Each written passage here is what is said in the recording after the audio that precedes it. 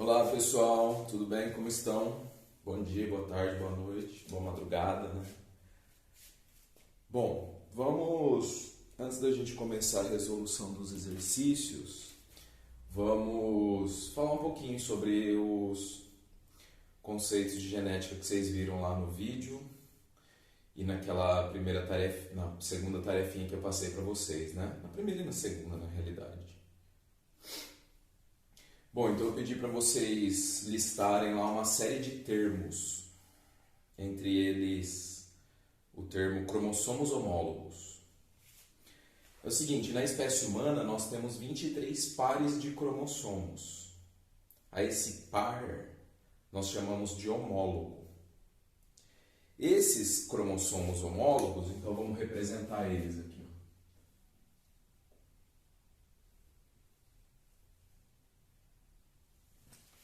Cromossomo homólogo. Por exemplo, o cromossomo 11, que na questão futura aí vai falar, no caso do albinismo, né? Vai falar do cromossomo 11.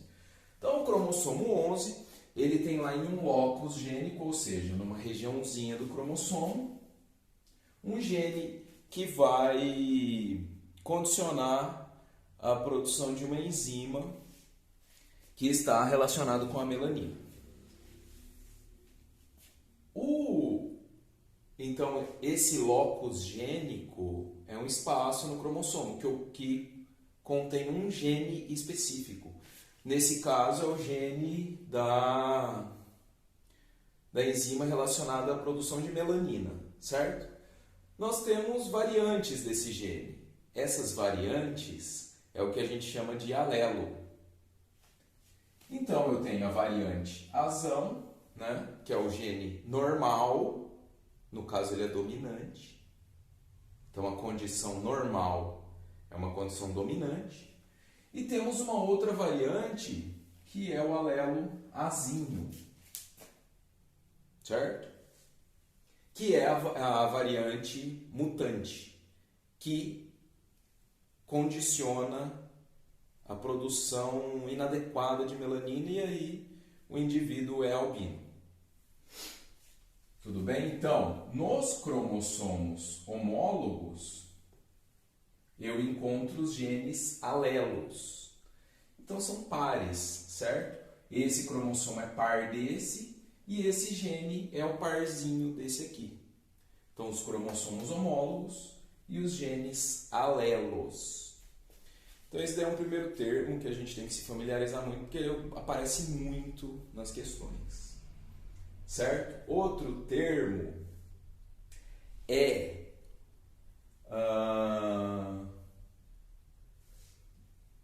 cromossomos homólogos e os genes alelos.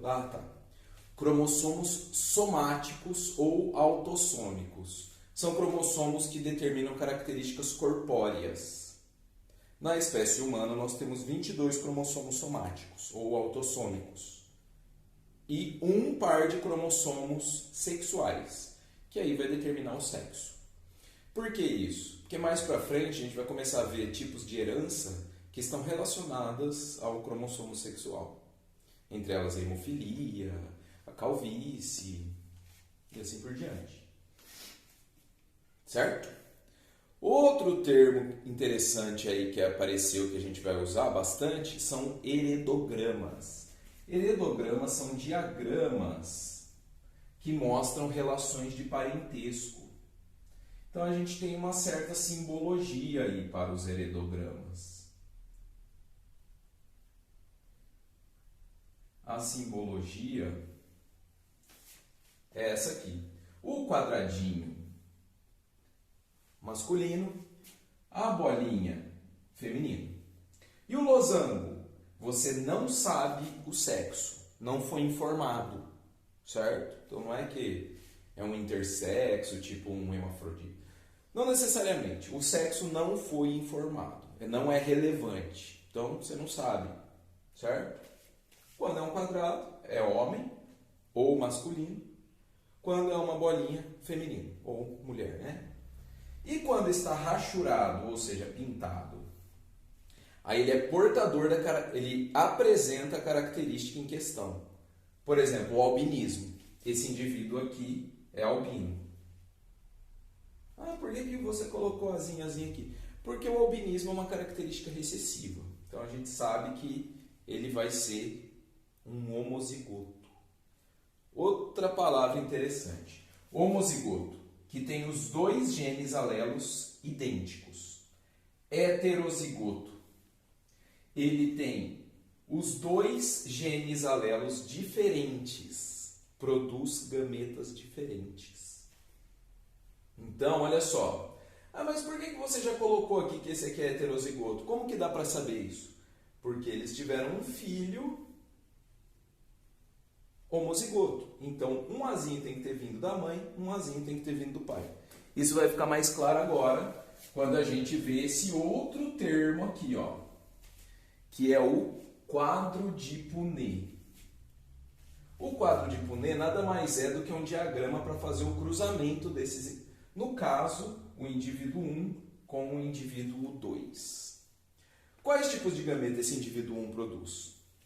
Produz o gameta do tipo azão, um espermatozoide do tipo azão, e espermatozoide do tipo azinho. Então a gente coloca aqui e separa, já que ele tem 50% dos espermatozoides assim, 50% dos espermatozoides assim. E quais tipos de óvulo essa mulher pode produzir? Pode produzir óvulo azão e pode produzir óvulo azinho. Tem 50% de chance de produzir cada tipo de óvulo também. E aí a gente faz a fecundação entre eles. Se esse espermatozoide fecunda esse óvulo, é esse resultado. Nesse caso, esse resultado.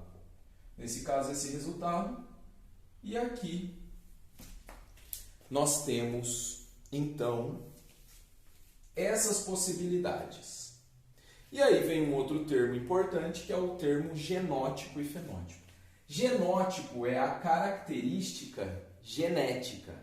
Por exemplo, esse indivíduo aqui, ele é um homozigoto recessivo.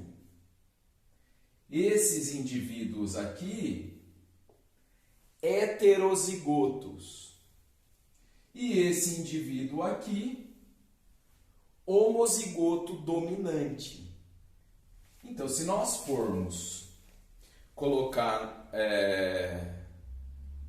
como uma proporção isso aí, eu vou observar que, se eu colocar aqui, genótipo, qual é o genótipo desses indivíduos? Qual a proporção desse genótipo?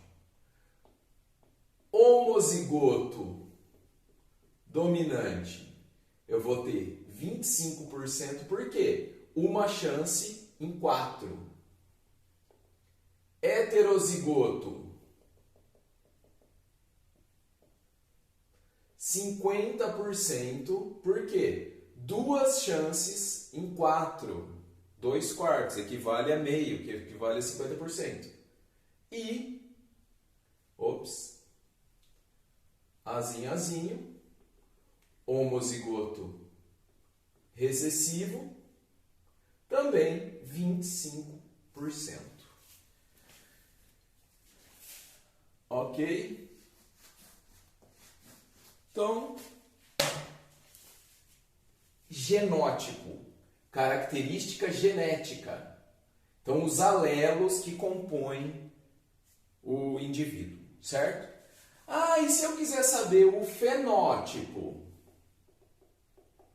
Fenótipo é a característica física observável. Nesse caso, a gente está falando de albinismo. Então, é se o indivíduo é albino ou se ele é normal. Eu não estou falando dos genes que ele possui. Ah, ele possui um gene para albinismo escondido? Aí eu estou falando de genótipo. Agora eu quero ver olhando para o cara. Falo assim, ele é normal, ele tem pigmentação normal. Ou, não, ele não tem melanina, olha lá, ele é albino. Quando a gente fala de característica observável, é o fenótipo, certo? E aí é o seguinte, por exemplo, esse indivíduo aqui, ó, ele apresenta os 2 genes para normalidade. Então ele vai ser normal. Então azão é normal. Não é albino. E esse cara aqui? esses dois aqui. Também são normais. Uai, mas eles têm um genezinho lá para albinismo? Sim, mas o gene para albinismo é um gene recessivo. Então ele não se manifesta. Quem vai se manifestar é esse gene aqui. Ah, mas ele não é meio albino? Não. Nesse caso, nesse tipo de herança, dominância e recessividade, que também é chamada de dominância completa, quando temos um heterozigoto, o gene recessivo não se manifesta com nenhuma força. Só o gene dominante. Então esses caras aqui, eles têm fenótipo normal também. Então quantos normais eu tenho? 1, 2, 3 e 4. 3 quartos, que equivale a 75% de fenótipo normal. E quantos por cento vai ter fenótipo albino? Apenas esse homozigoto recessivo aqui. Então só 1/4, ou seja, só 25% que vai ser albino. Certo? Então é dessa forma que esses conceitos aí, essas palavrinhas vão aparecer. E a gente vai desenvolvendo elas, né? Conforme formos fazendo os exercícios, ok? Por exemplo, essa lista aí. Então tá. Agora, vamos fazer o exercício 4.